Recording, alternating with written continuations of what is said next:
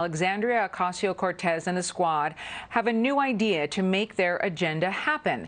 They're now pushing Biden to bypass Congress and use the power of the pen on a list of 55 policies, including banning new fossil fuel leases, declaring a national climate emergency, and canceling student loan debt. The Progressive Caucus tweeting to the president to, quote, be guided by racial, gender, and economic justice to get their agenda done.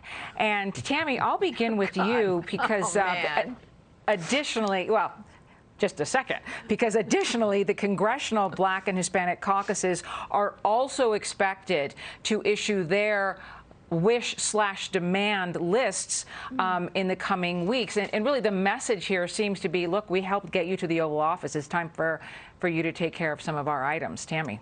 Yeah, well, all they need to do is look at the polls, right? Americans are very upset. That's an understatement.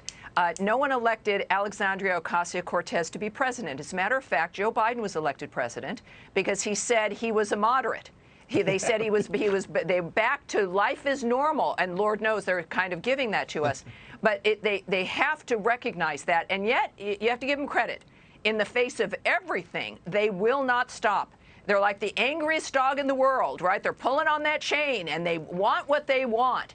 But this is the problem, is that it's not based in reality. It's not based on what's best for this country, and it's dangerous. My goodness, what more do they need to see to recognize that the American people don't want what they're selling?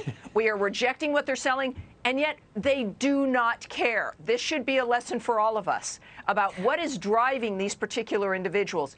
All of their plans and the part that's been implemented, like the war on fossil fuels, has in part led us to this point, which is inspiring the enemies that we have around the world. Well, and Tammy, you're right. I mean, AOC is not the president. However, on Instagram, she did channel him recently. Take a listen. I'll tell you a secret. Most people don't really know what capitalism is. Most people don't even know what socialism is. But most people are not capitalists because they don't have capitalist money. They're not billionaires. Oh, my God. Charlie. Oof. That was terrifying. I'm going to have nightmares. I'm sorry. I won't do it again. Please. No, it's amazing, though. You know, it's sort of hard to determine whether they're this dumb or they're evil, because as Tammy pointed out, the reason we're in the situation we're in is because Joe Biden, after claiming to be a moderate and spending a career positioning himself as a moderate, ran off with the circus on the Green New Deal nonsense, which led to exactly the situation we're in and exactly the situation that the Ukrainian people are in, because they jacked up oil prices, gave Vladimir Putin enough money to invade, and weakened America to the point that we have to turn to places like Venezuela for oil. And of course, gas prices are going through the roof, and inflation is going through the roof. They have weakened us. Their policies have weakened us. The only good thing here is I do think that the fact that the squad is talking about forcing Biden to run off with the circus again on all the rest of their crazy policies is proof that they know that they've seen the polling. They know they're going to get shellacked in November, and their best chance is to try to do it all with, what did Obama say, with the pen and the phone? That's their only hope. Well, and Joey, as you remember, President Trump's first year in office, he signed 55 executive orders, slammed by the Democrats. And he did do more than President Obama, who in his first year enacted 38. President Biden so far has issued 77 executive orders. Rather, he did that in 2021. Is this the way of the future? Just bypass Congress because they're not getting things done, and that essentially would make the president kind of like a king? It's the way of the present. It's not the way of the future. Obama was heavy-handed. Really, it goes back to some of the things the Bush administration did unchecked coming into the wars, and some of that warranted, maybe some of it not.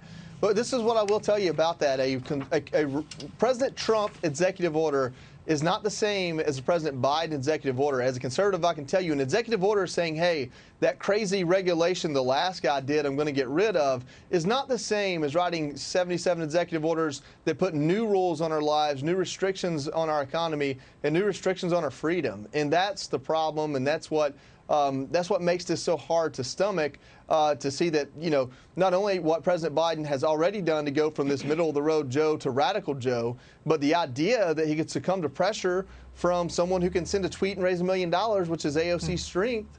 Listen, this is self-preservation for the squad. They're wrangling votes and money like they always do by telling people that they are victims to their born status. That's not how you govern a country, though. So it doesn't matter to them. It's not a big deal to them. None of them are up for Speaker of the House. They're just securing their seat and raising a bunch of money, and that's how they secure power in Congress, which really is the true irony in all this. What makes AOC powerful? Not her ideas, the amount of money she can raise. Great point. Great point. Hey, Sean Hannity here. Hey, click here to subscribe to Fox News YouTube page and catch our hottest interviews and most compelling analysis. You will not get it anywhere else.